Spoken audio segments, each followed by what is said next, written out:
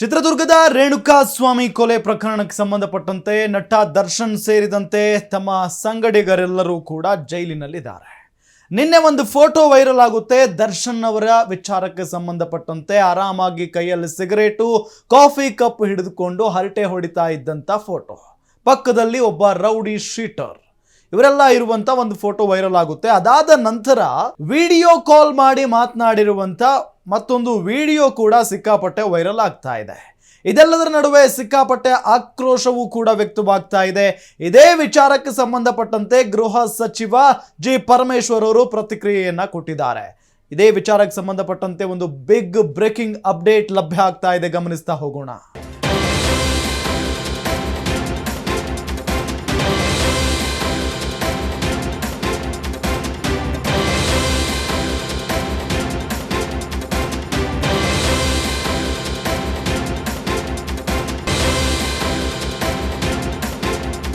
ಕೊಲೆ ಆರೋಪಿ ದರ್ಶನ್ಗೆ ಜೈಲಿನಲ್ಲಿ ರಾಜ್ಯಾತಿಥ್ಯ ವಿಚಾರಕ್ಕೆ ಸಂಬಂಧಪಟ್ಟಂತೆ ಪೊಲೀಸ್ ಅಧಿಕಾರಿಗಳ ವಿರುದ್ಧ ಪರಮೇಶ್ವರ್ ಗರಂ ಆಗಿದ್ದಾರೆ. 7 ಜನ ಪೊಲೀಸರನ್ನ ಸಸ್ಪೆಂಡ್ ಮಾಡಿದ್ದಾರೆ ಸಚಿವರು. ದರ್ಶನ್ಗೆ ಜೈಲಿನಲ್ಲಿ ಸಿಗರೇಟ್ ನೀಡಿದ ಆರೋಪಕ್ಕೆ ಸಂಬಂಧಪಟ್ಟಂತೆ ಶರಣಬಸವ, ಪ್ರಭು, ಎಸ್ ತಿಪ್ಪೇಸ್ವಾಮಿ, ಶ್ರೀಕಾಂತ್ ತಳವಾರ್, ವೆಂಕಪ್ಪ, ಸಂತೋಷ್ ಕುಮಾರ್, ನರಸಪ್ಪ ಅಂದ್ರೆ 7 ಜನ ಪೊಲೀಸರನ್ನ ಸಸ್ಪೆಂಡ್ ಮಾಡಲಾಗಿದೆ. ಪರಪ್ಪನ ಅಗ್ರಹಾರ ಜೈಲಿನಲ್ಲಿ ಏನ್ ನಡೆದಿದೆಯಲ್ಲ ಅದರ ಬಗ್ಗೆ ವರದಿಯನ್ನ ಕೇಳಿದ್ದೇನೆ. ಹಿರಿಯ ಅಧಿಕಾರಿಗಳಿಂದ ಅಲ್ಲಿಂದ ಶಿಫ್ಟ್ ಮಾಡುತ್ತೇವೆ, ಬೇರೆ ಸೀನಿಯರ್ ಅಧಿಕಾರಿಗಳನ್ನ ಅಲ್ಲಿಗೆ ನೇಮಿಸುತ್ತೇವೆ, ಎಷ್ಟೇ ದೊಡ್ಡ ಅಧಿಕಾರಿಗಳು ಇದ್ದರೂ ಕ್ರಮ ಕೈಗೊಳ್ಳುತ್ತೇವೆ. ಘಟನೆಯನ್ನ ನಾನು ಸಮರ್ಥನೆ ಮಾಡಿಕೊಳ್ಳೋದಿಲ್ಲ. ಅಲ್ಲಿ ಫೋಟೋ ತೆಗೆದವರ ಬಗ್ಗೆಯೂ ಕೂಡ ಚೆಕ್ ಮಾಡಿಸ್ತೇವೆ. ಮೊಬೈಲ್ ಹೇಗೆ ಬಂತು ಎಂಬುದರ ಬಗ್ಗೆ ತನಿಖೆಯನ್ನ ಮಾಡಲಾಗುತ್ತೆ ಅಂತ ಬೆಂಗಳೂರಿನಲ್ಲಿ ಗೃಹ ಸಚಿವ ಪರಮೇಶ್ವರ್ ಹೇಳಿಕೆಯನ್ನ ಕೊಟ್ಟಿದ್ದಾರೆ.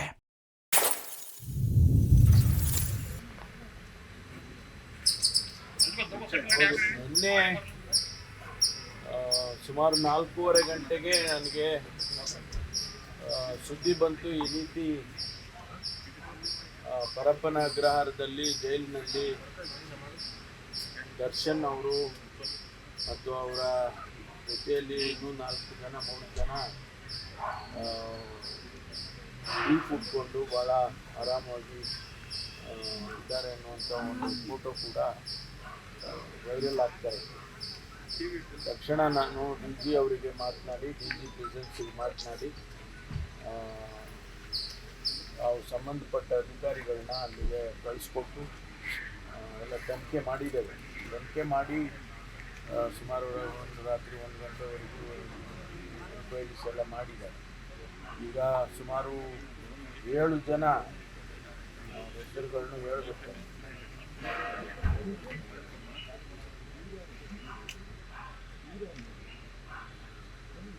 7 ಜನ ಅಧಿಕಾರಿಗಳನ್ನ ಈಗ ಸಸ್ಪೆಂಡ್ ಮಾಡಿದ್ದಾರೆ. ಒಂದು ಶರವಣ ಜೈಲರ್ಸು, ಶರಣಬಸವ ಅಮೀನ್ಗಢ್, ಪ್ರಭು ಎಸ್ ಕಂಡೇಲ್ವಾಲ್,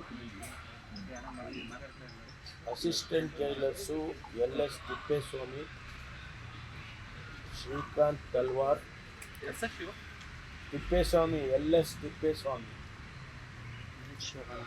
ಶ್ರೀಕಾಂತ್ ತಲ್ವಾರ್, ಇವರಿಬ್ಬರು jailer, sub assistant jailers. Head warders Venkappa Korti, Sampath Kumar Gadapatti, ವಾರ್ಡರು ಬಸಪ್ಪ ಕೇಲಿ. ಇವರಿಷ್ಟು ಜನರನ್ನ ಸಸ್ಪೆಂಡ್ ಮಾಡಿದ್ದೇವೆ.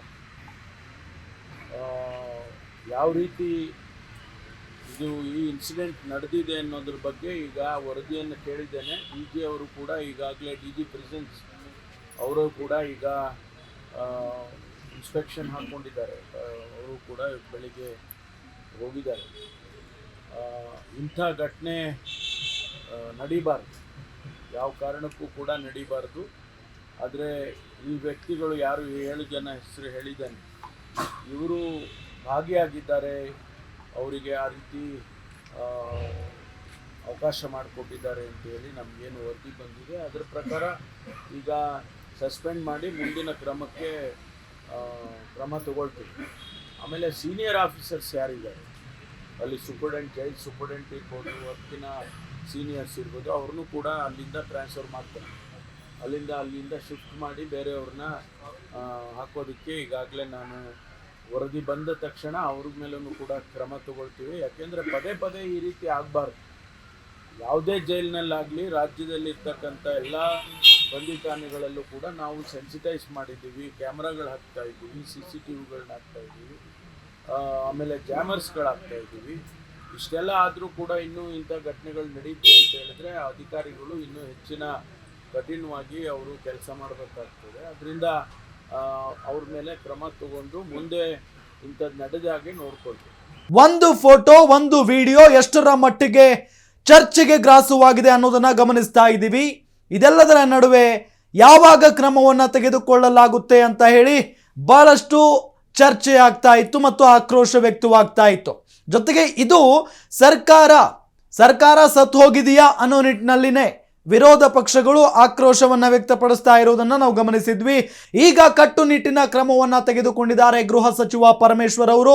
ಬರೋಬ್ಬರಿ 7 ಜನ ಜೈಲಾಧಿಕಾರಿಗಳನ್ನ ಅಲ್ಲಿಂದ ಸಸ್ಪೆಂಡ್ ಮಾಡಿದ್ದಾರೆ. ಇವರೆಲ್ಲರೂ ಅಲ್ಲಿ ಇರೋದಕ್ಕೆ ಅರ್ಹರಲ್ಲ ಅಂತ ಕೂಡ ಆಕ್ರೋಶದ ಮಾತುಗಳನ್ನ ಆಡಿದ್ರು ಗೃಹ ಸಚಿವ ಪರಮೇಶ್ವರ್ ಅವರು. ಜೊತೆಗೆ ಎಷ್ಟೇ ದೊಡ್ಡ ಅಧಿಕಾರಿಗಳಾದರೂ ಕೂಡ ಕ್ರಮವನ್ನ ತೆಗೆದುಕೊಳ್ತೇವೆ ಅಂತ ಮಾತನಾಡಿದ್ದಾರೆ. ಜೊತೆಗೆ ಬೇರೆ ಸೀನಿಯರ್ ಅಧಿಕಾರಿಗಳನ್ನ ಅಲ್ಲಿಗೆ ಹಾಕುತ್ತೇವೆ, ಇನ್ನು ಮುಂದೆ ಈ ರೀತಿಯ ತಪ್ಪುಗಳು ಆಗದಂತೆ ನೋಡಿಕೊಳ್ತೇವೆ ಅಂತ ಗೃಹ ಸಚಿವ ಪರಮೇಶ್ವರ್ ಹೇಳಿಕೆಯನ್ನ ಕೊಟ್ಟಿದ್ದಾರೆ. ಪರಪ್ಪನ ಅಗ್ರಹಾರ ಜೈಲಿನಲ್ಲಿ ಈ ಮೊದಲು ಕೂಡ ಆರೋಪ ಇತ್ತು, ಗಾಂಜಾ ಸಿಗುತ್ತೆ, ಸರಾಯಿ ಸಿಗುತ್ತೆ, ಡ್ರಗ್ಸ್ ಕೂಡ ಅಲ್ಲಿ ಸಿಗುತ್ತೆ ಅಂತೆಲ್ಲ ಬಹಳಷ್ಟು ಪುಕಾರ ಎದ್ದಿದ್ದನ್ನು ಕೂಡ ಆರೋಪ ಎದ್ದಿದ್ದನ್ನು ಕೂಡ ನಾವೆಲ್ಲ ಗಮನಿಸಿದ್ವಿ. ಆದರೆ ಇದೇ ಮೊದಲ ಬಾರಿಗೆ ಒಬ್ಬ ಕೊಲೆ ಆರೋಪಿ ಕೈಯಲ್ಲಿ, ಅದು ಪರಪ್ಪನ ಅಗ್ರಹಾರದಲ್ಲಿ ಸಿಗರೇಟ್ ಇದೆ, ಕಾಫಿ ಕಪ್ ಇದೆ, ಆರಾಮಾಗಿ ಹರಟೆ ಹೊಡ್ಕೊಂಡು ಕೂತಿದ್ದಾರೆ.